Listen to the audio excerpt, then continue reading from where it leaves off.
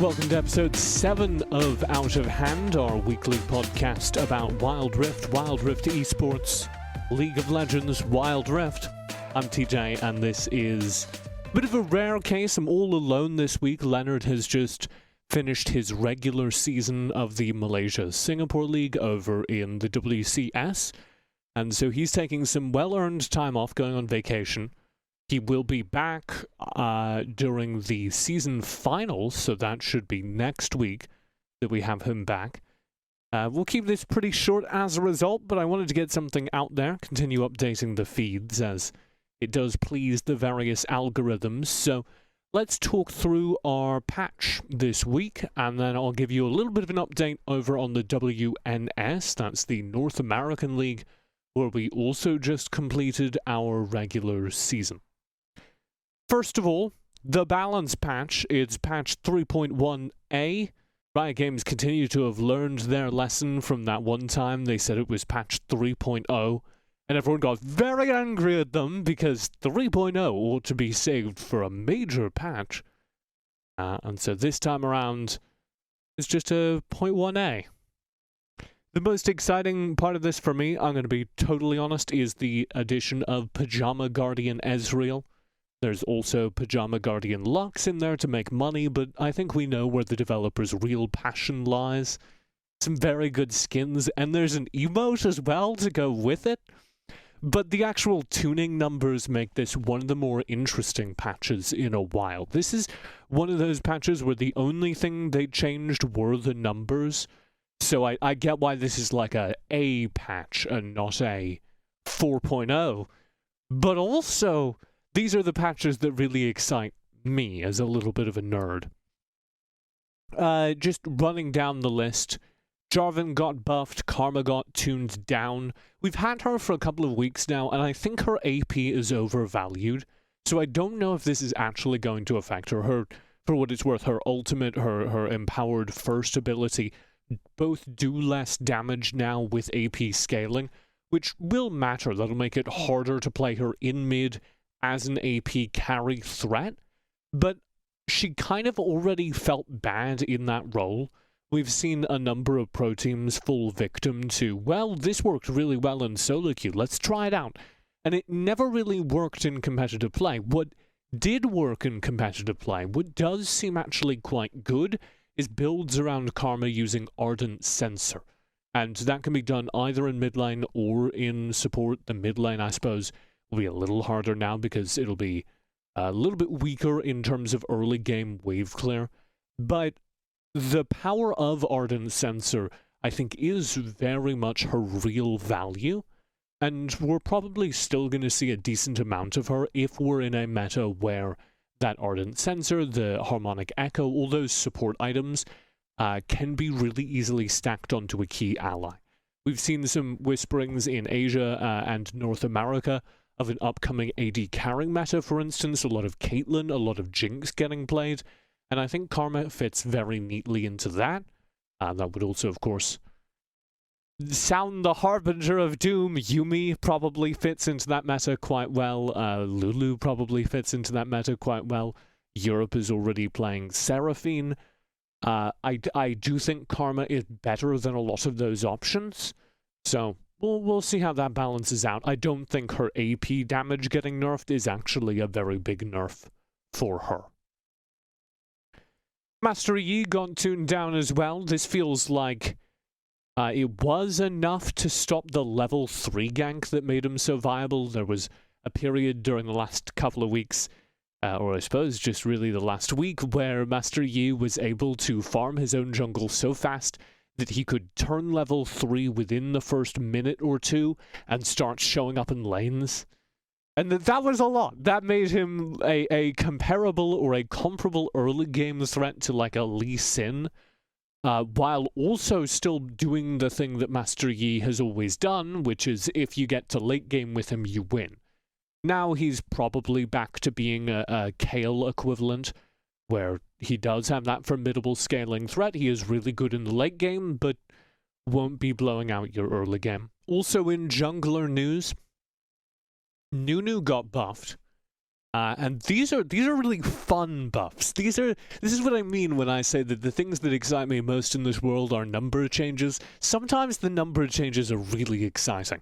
In this case, for instance, they upped his AP ratios, and what that means for anyone who's not a Wild Rift nerd is every character in the game gets different amounts of value from the items and stats you build, right? So an ability, for instance, will not always do the amount of damage plus the amount of AP or attack damage you built. It will do the amount of damage the ability does plus a percentage of the amount of AP you have built. And all of those numbers went up, meaning that building magic damage items on Nunu now results in you doing more damage. It's hard doing this alone. Normally I have Leonard to bounce off of, and so when I say something, I can be like, did that make sense? And he goes, yeah, or no.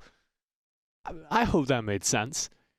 What this means is that when he goes into lane with Snowball now, he does more damage. When he, most importantly, pops his ult, he does a lot more damage. And this, for the first time, kind of makes Nunu viable as a damage dealer. You can build him AP. I have been having fun doing so.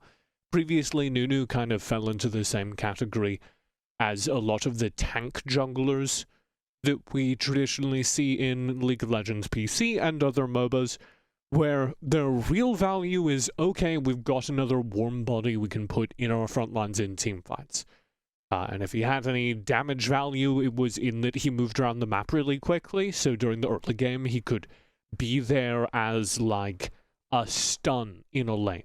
He can arrive in a lane early and stun people up. Well, now, when he arrives in that lane and stuns people up, he doesn't necessarily need his lane partners, the laners, to get the kill. He can do that on his own. And I think that makes Nunu a very interesting pick to watch kind of coming into finals season. I think that's going to make Nunu one of the more interesting junglers rising up the meta. Renekton got some meaty buffs, and I'm not really sure what to make of them. They're very specific in a way that, like, Renekton players probably understand better than I do, so I'm going to hit it with the time-honored strategy of, I think we'll wait and see. Suffice it to say, that probably puts him in the same ballpark. He's playing in the same league now as the Garens, the Dariuses that for a long time were just the top two top lane picks.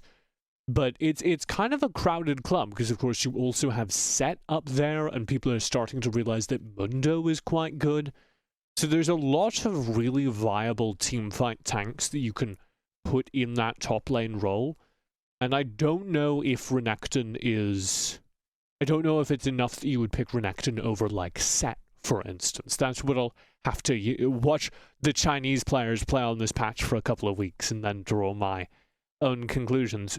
One of the kind of interesting things, though, is that Renekton, due to his higher mobility, is being played mid already. People are pulling him out as one of those tanks that you can fit into the mid lane. And I suspect that there are a couple other tanks that you could put in there, but things like Garen and Mundo, which I personally love to play in the mid lane, are a little bit harder to play mid lane in pro play just because they need to walk everywhere. They don't have big dashes, they don't have mobility, they can't dodge skill shots. Renekton can do all that. So, interesting stuff that he got buffed. Maybe we'll see him more mid. Kind of weird that he got buffed, given that I felt he was in a pretty good place. But I'm not a Renekton player in any role, so what would I know? We saw Renekton support in the WNS this week. A Renekton support in the North American Pro League. And that was post-patch, so maybe it had something to do with it. Renekton looked pretty good. There were some Vayne nerfs, which probably take her out of meta in favor of, like, a Jinx. If you want to fulfill that role of, hey, what if we had an AD carry who scaled? I think Jinx probably is your number one draft pick there. Vayne, still good, but less so. Veigar got some cooldown buffs on Event Horizon, which is the big rings that if you walk into, it stuns you. That happens more often. I don't think this makes Vhagar viable, because his problem is just that he's so short-ranged that it's very difficult to play Vhagar against an assassin in this game, especially compared to other AP threats, other mage mid-laners that you can play in that same role. But he's more annoying now, so especially if you play at the lower ELOs, this probably matters. This probably makes Vhagar, or at least laning into Vhagar, a little more miserable. Vi got a weird buff. Her auto attack got buffed significantly in terms of damage, just her base attack. And because she's a jungler, that means that Vi now is going to clear jungle camps quicker. And a lot of her kit also revolves around empowering that auto attack, around adding extra value to that auto attack. So it's kind of interesting. I suspect that's probably a pretty big Vi buff. So put her in the same category as Nunu. It's like a little box with Vi and Nunu in it, and on the side in permanent marker, I'm seeing like a Tupperware, like a packing box, maybe a cardboard packing box you'd use for moving. And on the side in permanent marker, I'm writing, maybe these junglers are good now. Blade of the Rune King got nerfed, I say question mark. They made it more expensive. This probably means that it's still Stormrazor season. If you've been thinking it's kind of weird how much Stormrazor we're seeing, this will only add to it. Blade of the Rune King, still a very powerful item, but this will make it less of a draw as a first item. If you're just looking for the ability to pick up quick stats, you probably go Stormrazor. It is also kind of interesting because it will factor into the top lane, the tank conversation. A lot of the time people are choosing between Blade of the Rune King, something like Divine Sunderer, and something like Hullbreaker or Black Cleaver as a starting item. And you're considering all your different attack damage options, and for many of the more bruiser-y characters, Blade of the Rune King is the most attack damage of the options. And this maybe skews us towards having more tanky bruisers. Maybe this wins out the argument for Black Cleaver, Divine Sunderer, or even those Hullbreaker starts they're doing in Asia. Some of the Asian top laners are just first iteming Hullbreaker. Maybe that make even more sense. The Baron got nerfed. I find this really funny because they did this a couple of patches ago as well. It's clear that somebody somewhere is having a lot of trouble killing the Baron. There's a stat somewhere that shows how many solo queue players are dying while attempting the Baron, and it's weirdly high. Because they have now nerfed both of the Baron's attack abilities. So he does less damage, the poor dude. He also has more HP, so it's not like a flat nerf. Baron got balance adjusted. I don't know. It doesn't matter. It's not a meaningful change to how possible it is to do Baron. I do think I prefer the Baron doing more damage because it's his Acid Spit in particular that got nerfed, which is a dodgeable ability. So I do like when the major objectives require a little bit more team coordination and a little bit more player coordination to solve. I like when teams get caught out because they didn't plan ahead and they end up on low HP while fighting the Baron and things go disastrously wrong. That's entertaining to me, so I'm a little miffed about it. But all of that means nothing. If you thought, lots of numbers, okay, TJ, this is what the podcast is like when Leonard isn't around. We just talk numbers the whole time. Let's talk real numbers. These are the real League of Legends nerd hours. Home Guard, which is one of those mechanics you know about but maybe have never talked about before, got changed significantly. So Home Guard is the speed boost that you get leaving the base in the late game, and you definitely know about it, you've noticed it, you're like, oh, I'm running really fast when I leave the base in the late game. It's now active only 1 minute into game. And that means that lane kills, solo kills in lane, are going to mean a lot less, especially in conjunction with the other change that happened here, which is minions got slowed down. So the speed boost that you get leaving the base got increased. It's a bigger speed boost, and it happens earlier in the game. And the minions, who by default get faster and get better stats in general as the game goes on, got nerfed pretty significantly. They have a lower maximum HP cap, so they don't scale as much, and they move much slower. And what that means is that in lane, you are penalized much less for leaving lane. You are penalized much less for dying in lane. You're going to be able to get back and pick up the minion waves in a way you weren't before, which I don't know how I feel about. As a support main, I appreciate that this is going to give me more opportunities to roam. As a support main, I appreciate that this is going to make it possible for me to stop waves from crashing into turrets in the late game.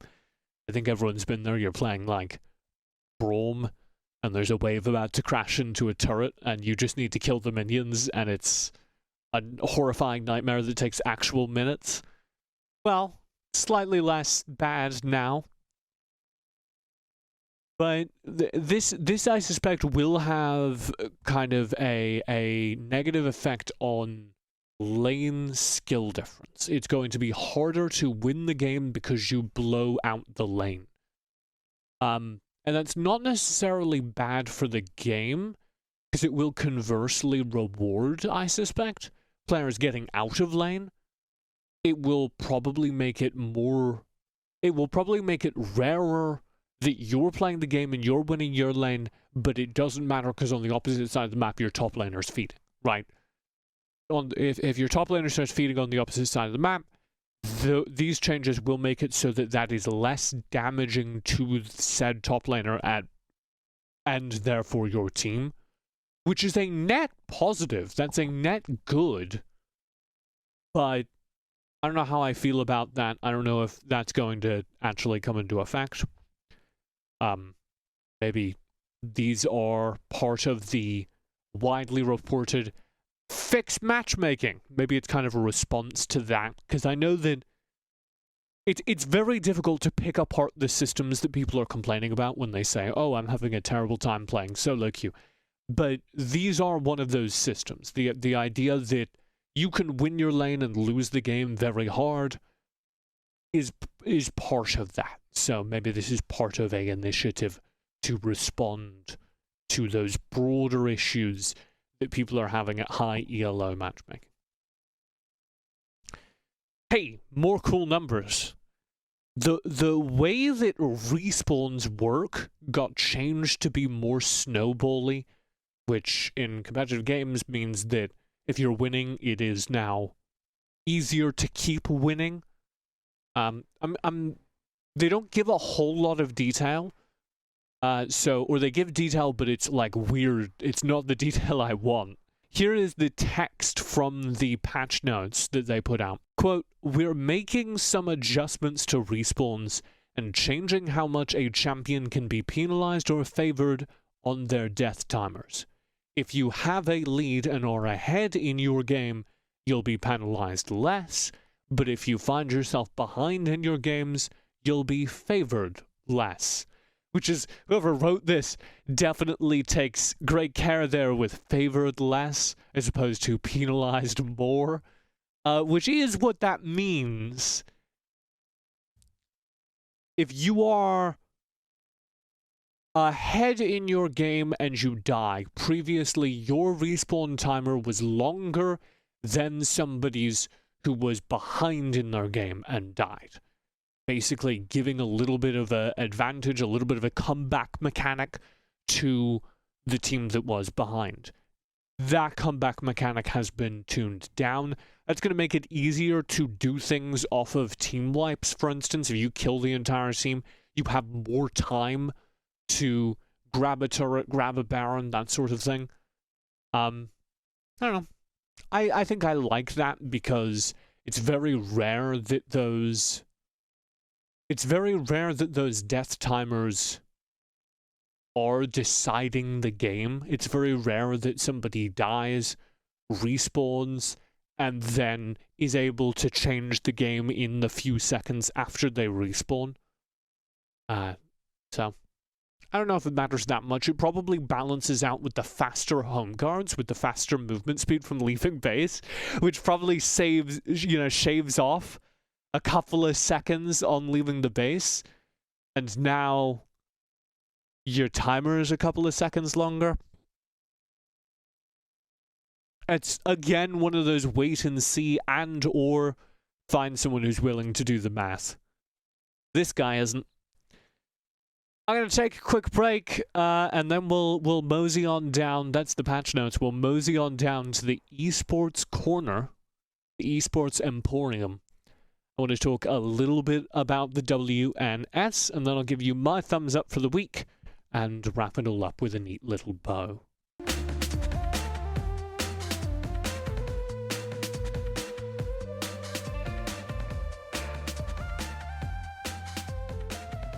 So every week we like to restore a little bit of order. We play a game where we agree on a thing that we're going to rank, and then I make a list, and Leonard makes a list, and then we have to find a combined list. We have to agree. And it's a really fun exercise in collaboration, and I get a real kick out of it, and he's not here this week. So I was like, what can I order that people are still going to argue with me about, and also that Leonard won't be upset that he missed out on? And I came up with the perfect thing. I'm going to order the top 5 WNS teams.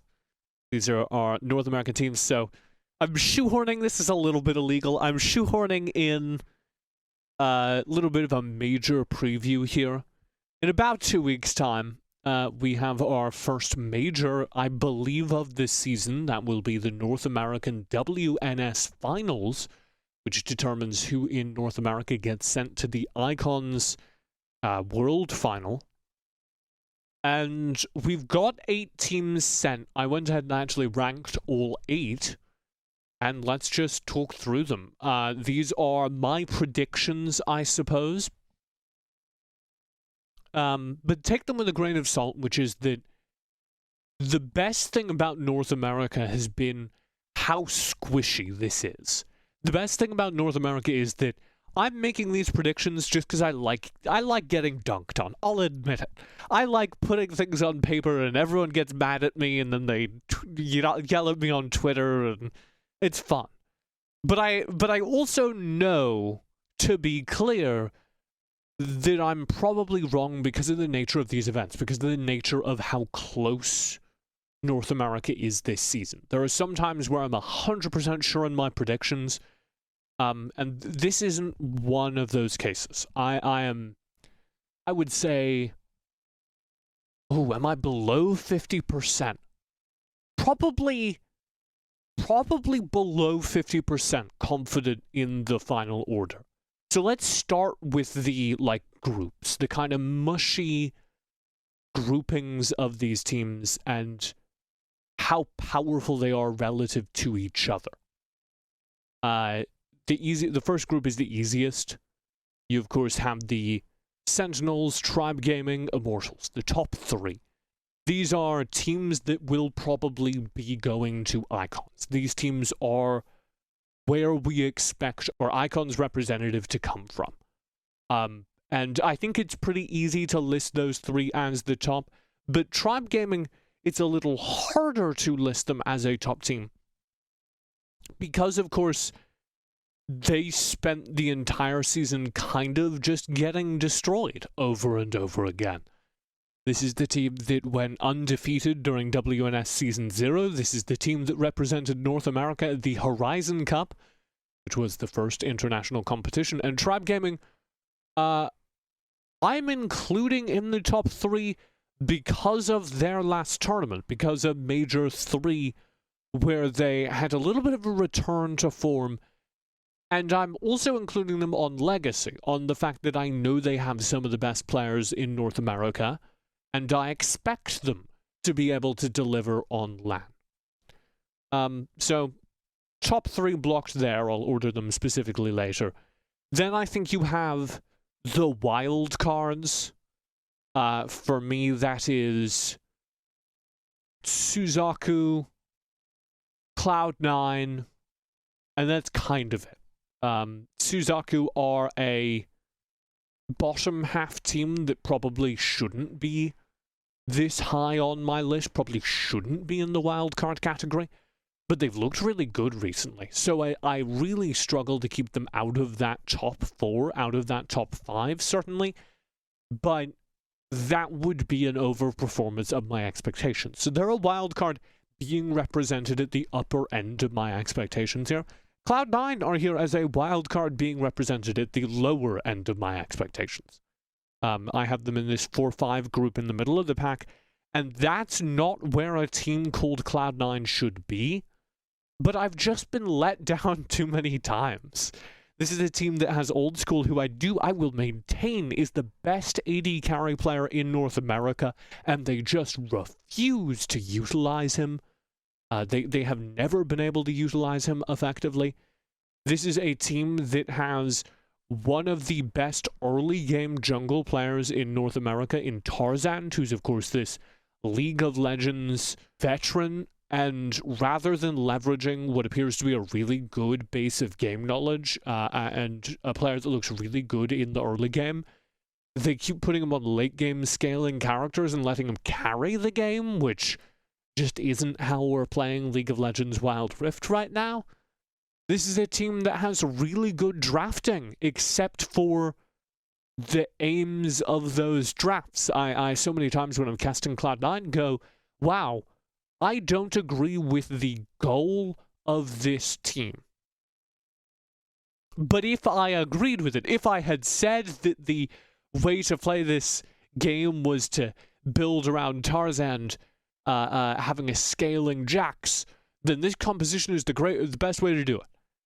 I just don't think that's the right thing to do. And these are all my kind of question marks hanging over this team. Shoutouts as well to Meals and Selmore, who have been playing really good all season, but just not been enabled in the team. Zello, who has had a disappointing season playing a weak side top lane, but looked really good in the last couple of tournaments. There are a lot of pieces on this team that look really good, but they never put them together.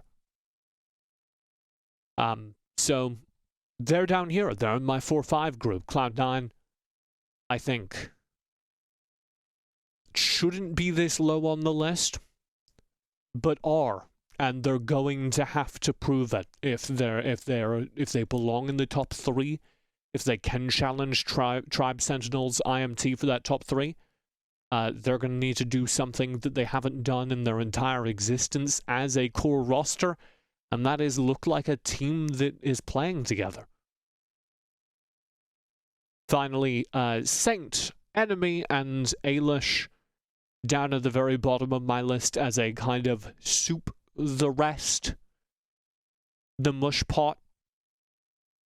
These 6 through 8 teams are actually all really good. I talked earlier about how North America has like a just incredible depth of talent. This is one of those cases. I think that Saint, Enemy, and Ailish, any of those teams realistically could make a really good run that got them into a 3-4 slot.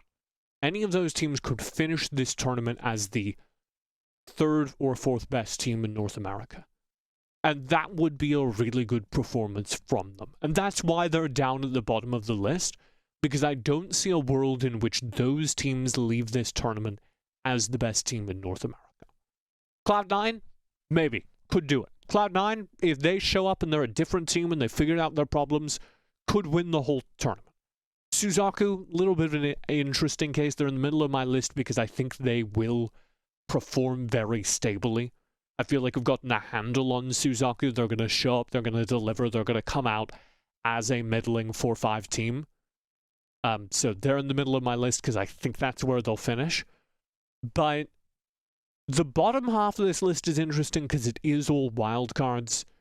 Enemy is a team that we expected to be in the top 5 conversation and just hasn't been all season. Despite having a very talented roster, they scraped in at the very end of the season. But maybe this is the place where they turn things round. Saint, Eilish are both entirely new teams. They came out of nowhere and just managed to tear up the final qualifier. Saint replacing several of their players. Eilish had 3 different substitutes in the tournament run that got them into this WNS final. So, who knows, dude? Those 2 teams could be anywhere on this list, but they're probably, you know, talking about this tournament as a 3-4 finish is a win. And that's why they're at the very bottom of the list. Okay. So those are my groups. Those are the predictions I feel confident about. I'm going to blast through TJ's 100% legit prediction order. This will be, you can come back and at me, this will be the final order that the teams finish in at the WNS finals. And I'm less than 50% confident that I'm right about this, but it's fun to guess. I've predicted Sentinels to win the event. They will be my number 1. A couple of reasons. One, I do have eternal LAN faith in that team. It's a roster of Arena of Valor players that won all of the North American Arena of Valor LANs. And I think that they've made a ton of really exciting strides, that they're a team that very much understands how to play the game. If they show up in the form I hope they do, they are my top team. Tribe Gaming, I think, are going to put things back together. They're my number 2 team. They just have a lot of firepower. They just straight up have the best players in North America. And for a very long time, despite having the best players in North America, they had no strategy, and they were getting away with it. That was kind of the story of their Season 0. That's why Tribe Gaming looked so bad at the Horizon Cup. And this season they realized, okay, everyone else has figured out how to play the game, and the fact that we can 1v1 anyone isn't going to win us games anymore. And look much better for it. I like the new Tribe Gaming. I think they will finish in 2nd place. They will lose to Sentinels in the grand final. Number 3 will be IMT for me, which is a little bit of a slight. Like, this is a little bit of flame, because Immortals have looked like the best team all season. But I think my problem is I haven't been seeing Immortals winning those games on the map. I've been seeing them winning those games in 1v1s. It's been Lebmont and Hoon and Gume being able to win individual fights on the map, and that's been giving Immortals the wins. And my thought process here is that Lebmont and Hoon and Gume are all going to be challenged in their roles come finals. I think they will be... I think their firepower will be out-firepowered come finals. I think Tribe Gaming are a particularly good match, for instance, into Immortals. If they have found their form in macro, I think Tribe Gaming should beat Immortals every time. I think Sentinels are a little bit low on firepower, despite being the most tactically proficient team in North America. So all of this is kind of based on Sentinels finding a little bit more just individual mechanical skill. But I believe in their ability to do that on LAN. The most exciting thing, of course, about this entire top 3, my Sentinels, Tribe Gaming, Immortal list, is that all of these teams have won North American tournaments before. All of these teams are made up of veteran competitors who can absolutely win this tournament, show up on LAN, be comfortable on stage. So, very excited. That's my top 3. I'm not going to justify anything from here on out. It is Suzaku, Cloud9, Saint, Enemy, and Eilish for the rest of the list. There you go. Wow, you know, I'm looking at the time code and the solo TJ episode, 30 minutes exactly at this point in time. Kind of wild that we come out normally to an hour, and it turns out I'm half of that hour. There you go. Thumbs up. My thumbs up for this week is North America. I think it's the best Western region right now due to the depth of competition. Enemy, who are 7th on my list, could make a championship winning run. Do I think they're going to? No. But maybe. The amount of mechanical talent, individual players who are good at the game Wild Rift in North America, I think, is the best in the West. I said it at the end of the North American Last Chance qualifier broadcast I was on. I said, I think North America is the best Western region. It's a little bit of slight to Brazil, because I haven't been watching a whole lot of the Brazilian broadcasts. I've been watching some of the games where TSM plays and stuff.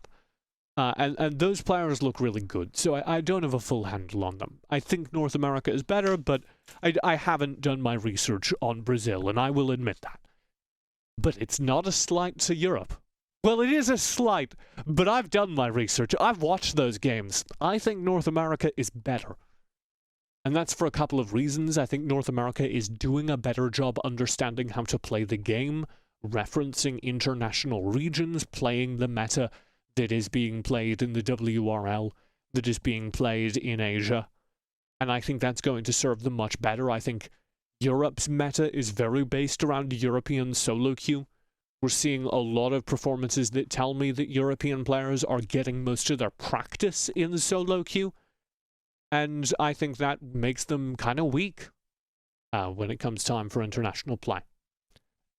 So that's my kind of flag in the sand. If I had to make a bold prediction, it would be that European fans are going to be disappointed with their representative, and North American fans are going to be surprised and delighted by their representative going into Icons, the Global Championship. Go NA, USA. That's not how I wanted to end the podcast, but it will be. Thank you so much for listening. You can find Out of Hand weekly on the podcast platform of your choice by searching for Out of Hand. You can find me on Twitter at esportsTj, or if you want links, show notes, any information about the show, you can go to podcast.esportstj.com. That is all. See you next week.